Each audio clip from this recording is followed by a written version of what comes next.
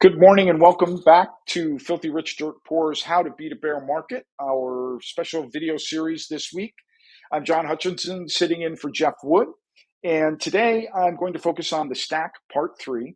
This will be the final video in our special video series today. We will be dark tomorrow, Friday, September 23rd, as we have pretty much covered the extent of economic data and information that you need to understand why the market is where it is now and where it has the likelihood of going. Also, I don't see the need right now to cover Fed decision yesterday, market reaction, things of that nature, because that will play itself out over the next several days to several weeks. And I always find it's best to have a little time for the market to digest. So instead, I want to focus on the stack part 3 because given where the market is, given what's taking place, I think you will find that this is much more exciting and important for you as a trader. And as we've shared with you throughout the week, we've put together, and I like the word discovered because we kind of fell into this accidentally. We didn't go out looking for this idea of the stack. Instead, when we were testing all of these different tactics where the objective was to collect weekly cash income, we discovered that we could put these 4 tactics together because they met the criteria and they worked cooperatively. They worked well together. And that allowed us to reduce the risk. It allowed us to reduce capital. And it allowed us to generate income from trades that had a range of time frames. So if you'll recall, the concept of the stack was 4 separate trading tactics, 4 individual trading tactics, where the days in trade ranged from 4 days to 45 days. Yet each of these tactics has the potential to produce weekly income for you. As well, because they use less capital, they give you the ability to generate significantly higher rates of return. And that's important because when you put together those 2 ideas of using less capital without sacrificing returns, that's the big idea we were looking for. And how do you beat a bear market? We don't know when this is going to end. We don't see it ending before December 2022, and it isn't likely to end in Q1 2023.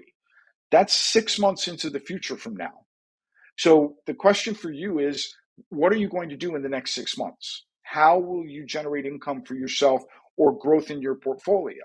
If you're sitting on the sidelines, which is absolutely something you can do, the risk you take is missing out on low risk potential income you can generate with substantially higher rates of return. So let me show you that by examining the performance. And I'll remind you that through the testing process, the tactics we've tested have been tested with real money accounts. So everything I'm using to build here is based on our actual performance.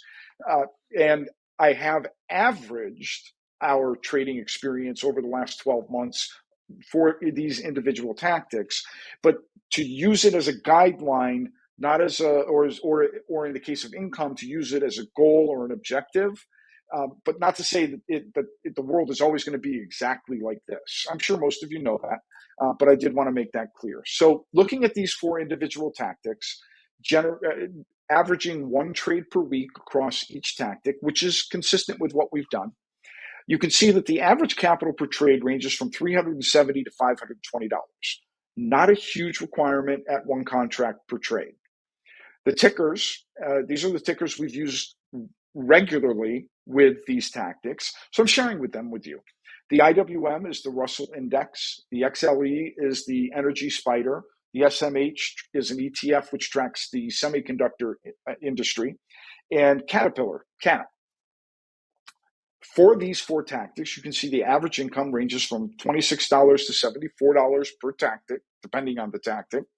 And I know those aren't big numbers, but if you look at the average weekly return, this is where the performance has the potential to help you when the markets are down, when the markets are moving in alternating directions, up 1 week, down the next week, etc.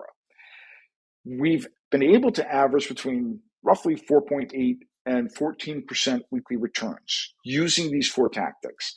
On a sort of a longer term basis, that's an average weekly return of 8%. on $1,600 in capital. That's sort of a minimum guideline. So we don't have to use a lot of money to enter these trades. $200 a week is $10,000 a year, right? On $1,600. The part that's going to get really exciting is the next slide. Let me explain this to you. This is the capital management slide.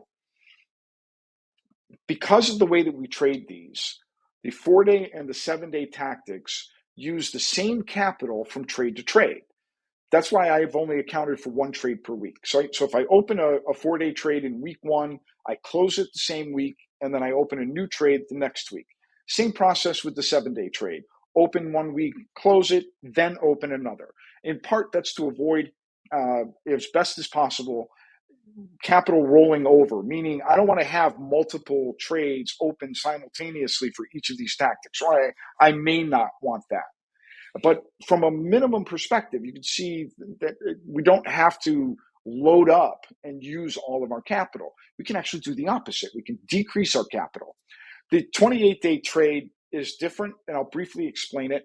It is the same tactic set up 4 times over the first 4 weeks of using the tactic, but then beginning in the 5th week, we would close the trade and open a new trade. So we close the oldest trade, the one that goes back to trade, count them, trade 1, 2, 3, 4. So in the 5th week, we would close trade 1 and replace it, and then repeat that process the next week with trade 2, and so on through the next series of weeks, but continue that process throughout the year. So with the 45-day trade, what is unusual here is we're setting up that trade at the outset, then rolling covered calls on a weekly basis to generate income until we close the trade, generally in a 6-week period. So in our testing, we've been using a maximum of 10 contracts for the 4, 7, and 45-day trades. For the 28-day trade, since you would have 4 open trades at any one time, we've only been trading 3 contracts. That's to keep the maximum capital on a monthly basis close to the same amount for each of these tactics. You can see the average there is probably right around $4,000 to $4,200, maybe a little bit higher. But if you're using all 4 of these tactics simultaneously, your maximum capital in play, your estimated maximum capital in play on a monthly basis is $17,000. If we take these 2 performance tables, the performance table, and the capital management table, and put them together, we get the annual potential income and returns from these 4 tactics. And I want to take one step back for a second to here. And think about this. We're using 4 tactics, making 4 trades per week, using 4 tickers. That's how simple we've made this. And because of 2 of the most important factors in our testing, frequency and consistency, that is why we selected these tactics. And when we began putting these in together and putting them into play, that was when we discovered this idea of the stack. How to put these 4 tactics together, which use less overall capital, but have significantly higher income potential returns. You're not sacrificing on the income side. In fact, you're gaining by using less capital at higher rates of return, higher frequency of trade potential. So in this table, what I've done is extrapolated out on an annualized basis what the income and returns would be for the individual tactics and for a trading portfolio. What is unique here is you're using the same capital, estimated capital, on a monthly basis. So each month, that capital just keeps getting used again and again and again. On a weekly basis, based on the number of contracts we've been traded, it produces, or has the potential to produce, $1,543 in weekly income. On the number of trades, 2 brief explanations. The 4-day and 7-day, you can make 1 trade a week. So that's a multiplier of 52. For the 28-day trade, remember, it takes 4 weeks to set up the first 4 trades, and then you start collecting income from week 5 and beyond. So I've accounted for 48 weeks to subtract those first 4 weeks, right? That's the maximum number of trades you could reasonably make using that tactic. For the 45-day trade, we've typically been using that one time per quarter, covering a period of about 6 weeks. So I'm only accounting for using that tactic 4 times per year. It can certainly be used for a full 48 to 52 weeks. There's no limit there. What I'm doing here is managing expectations, right? This is how we've actually used it. And because of that, I made the number of trades factor across a number of weeks, 24 instead of 48 or 52. On an annual income basis across these 4 tactics, you can see that income ranges from $10,000 to $17,000 for total potential annual income of $58,376 on that $17,000 in capital per month, which means your annualized rate of return on that money is 334%. Use less capital without sacrificing income by generating higher returns. That's the simple idea behind the stack. We're going to take a really deep dive into this concept next Monday, September 26th at 4 p.m. Eastern Time. Don't miss it. I will be taking you inside each of these tactics and the numbers that I just shared with you, plus more, in a 40-minute presentation that starts at 4 p.m. Eastern Time. Again, that's Monday, September 26th. If you haven't reserved your seat, you can use the button directly below this video, and I'll see you at 4 o'clock Monday, September 26th. Thanks again for joining me this week. Again, we will be dark tomorrow, and we'll be back next week with Filthy Rich Dirt Poor.